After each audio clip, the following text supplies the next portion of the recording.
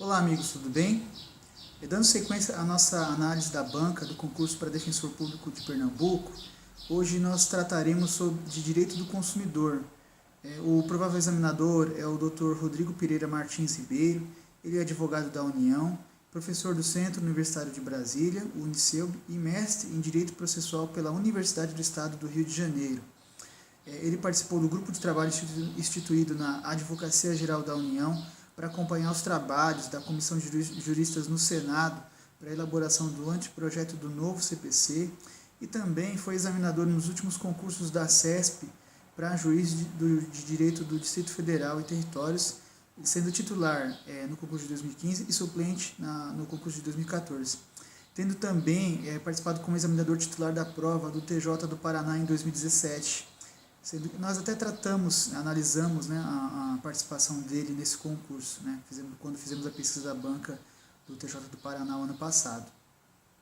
O título da tese de mestrado dele é Precedentes Judiciais Persuasivos e Vinculantes, o Direito Construído e Aplicado pelos Tribunais, obtido em 2007. Ele tem um livro publicado em coautoria, Direito Processual Civil, volume 4, série Advocacia Pública, pela editora Método, em 2011. Também escreveu capítulos em livros publicados como O Incidente de Resolução de Demandas, do livro escrito em coautoria, o livro O Futuro do Processo Civil no Brasil, uma análise crítica ao projeto do novo CPC, pela editora Fórum, em 2011.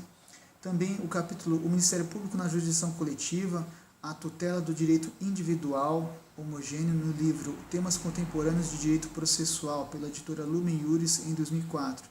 Ele tem um texto publicado, Uma Breve Introdução ao Estudo do Processo, no curso de Teoria Geral do Processo, pela Fundação Getúlio Vargas do Rio. Está disponível na pesquisa que se encontra no blog.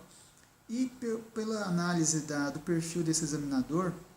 levando em conta sua especialidade, o histórico literário e profissional dele, eu recomendo atenção aos seguintes temas, como responsabilidade civil no CDC, a defesa do consumidor em juízo, as práticas e as cláusulas abusivas, as ações de responsabilidade do fornecedor e a inversão do ônus da prova no Código de Defesa do Consumidor. Eu analisei as últimas 3 provas para defensor público feitas pela CESP, Rio Grande do Norte, em 2015, e no ano passado, 2017, Defensoria Pública do Acre e de Alagoas. Os temas exigidos nessas provas foram os seguintes. Dentro do primeiro capítulo de Disposições Gerais, o conceito de consumidor, as teorias finalista e maximalista em relação à questão do destinatário final do produto, os tipos de consumidor, o consumidor vítima de acidente de consumo, artigo 17, conceito de fornecedor e serviço, artigo 3º e parágrafo 2º do CDC, a relação entre condômino e condomínio, inaplicabilidade do CDC, entendimento do STJ, dentro da Política Nacional de Relações de Consumo, a vulnerabilidade do consumidor, o conceito dessa vulnerabilidade, direitos básicos, mais de uma vez cobrado, com bastante incidência, a informação adequada e clara sobre os diferentes produtos e serviços, artigo 6º, inciso 3º, e a inversão do ônus da prova, artigo 6º, inciso 8º, os requisitos, a hipossuficiência do consumidor, o conceito dessa hipossuficiência, e também o Ministério Público faz jus a essa inversão na tutela coletiva dos consumidores, entendimento do STJ. Dentro do capítulo de Prevenção e Reparação de Danos, também bastante questões,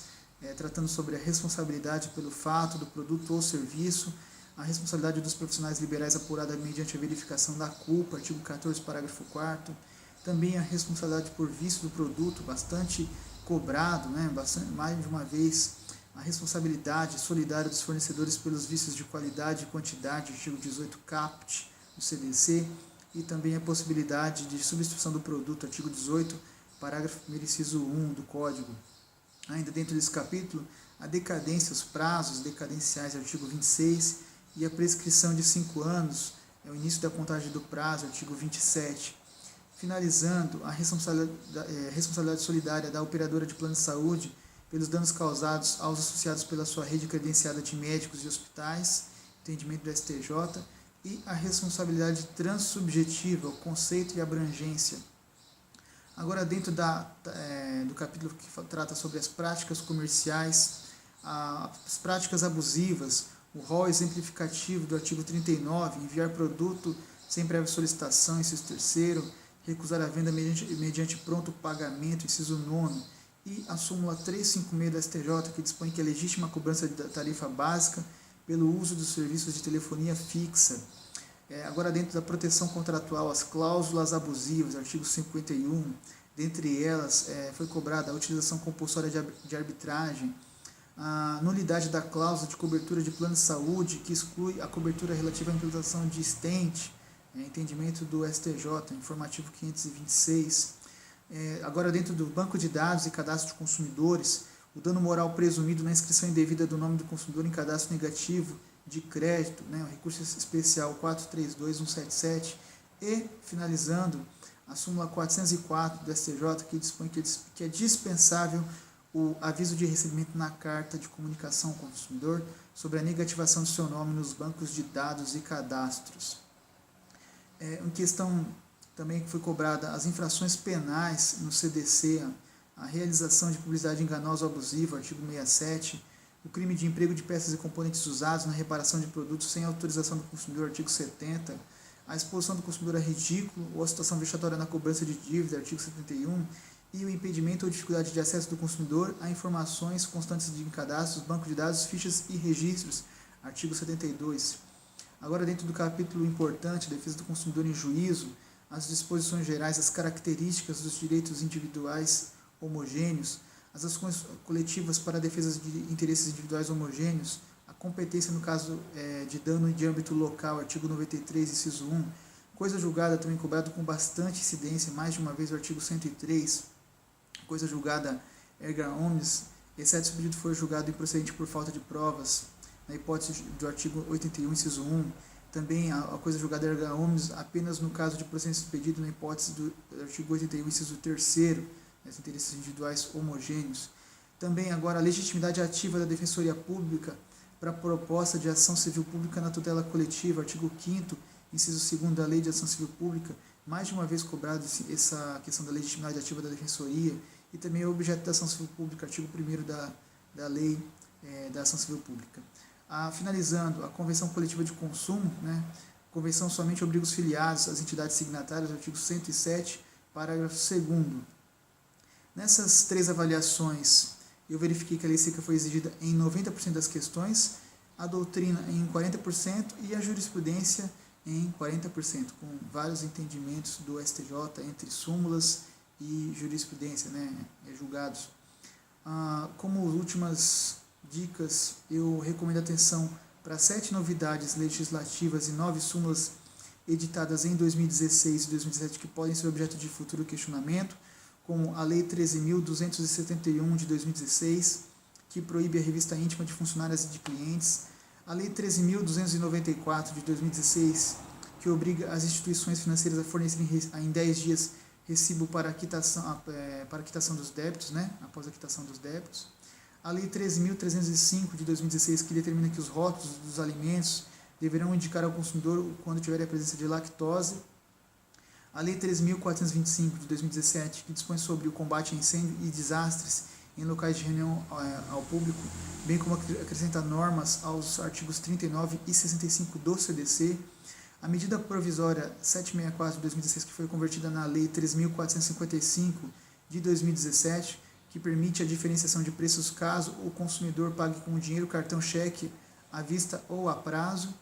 e finalizando as leis 13.486 de 2017, que dispõe sobre o dever dos fornecedores de higienizar os equipamentos e utensílios, e a recentíssima Lei 3.543 de 2017, que alterou a Lei 10.962 de 2004, dispondo sobre como deve aparecer o preço no caso de ofertas feitas pela internet. Agora, finalizando as súmulas 563 do STJ, que dispõe que o Código de Defesa do Consumidor é aplicável às entidades abertas de previdência complementar, não incidindo nos contratos previdenciários celebrados com entidades fechadas. A súmula 564 do STJ, que diz que no caso de reintegração de posse em arrendamento mercantil financeiro, quando a soma da importância antecipada a título de